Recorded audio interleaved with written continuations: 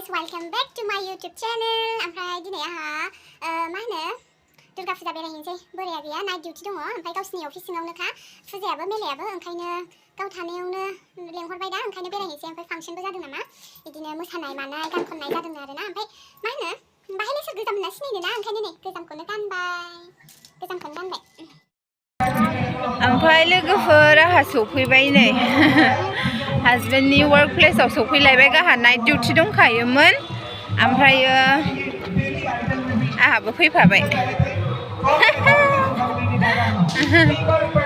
बैयाव फांसन जागासिनो बैथिंजाय बोरो नुहुरानो बैयाव फांसन जागासिनो आरोना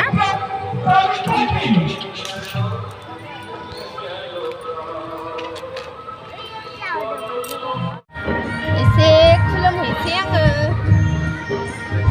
मामि थांला बावदो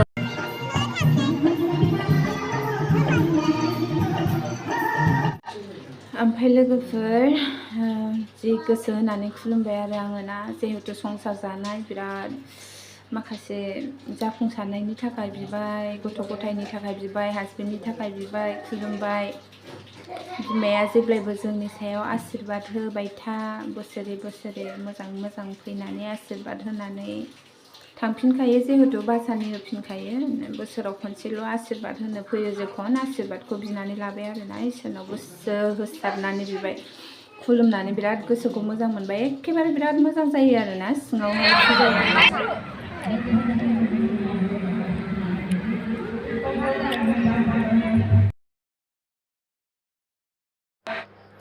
ओमफ्राय लोगोफोर बिथिंजाय गथ'फोरनि गेलेनाय मानाय ओमफ्राय फांसन गान खननाय मानाय बिदिनो जागासिनो आरो ओमफ्राय हौरैथिंहाय माबा जानाय लोंनाय टकेन लायै लायै जानांगौ आरोना माबा माबि दंमोन पुस्का तुस्कानो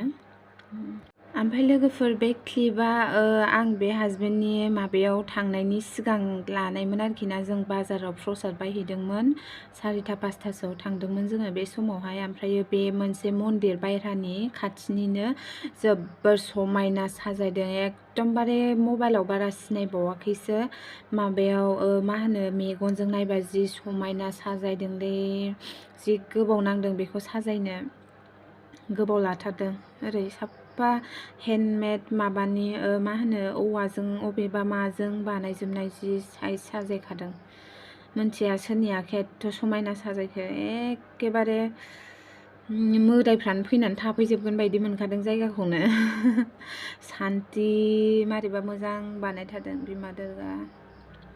ओरै साफा आखाइजोंनो आराम बानायजोबनाय बे लेखाखौ हानानै कालार होनानै बानायजोबनायनो आरोना दाउ साव माबा माबि बानायदों ओरैहाय औवाखौनो हेबनानै बै कालार होदों आरोना होमबा भिडिअ'आ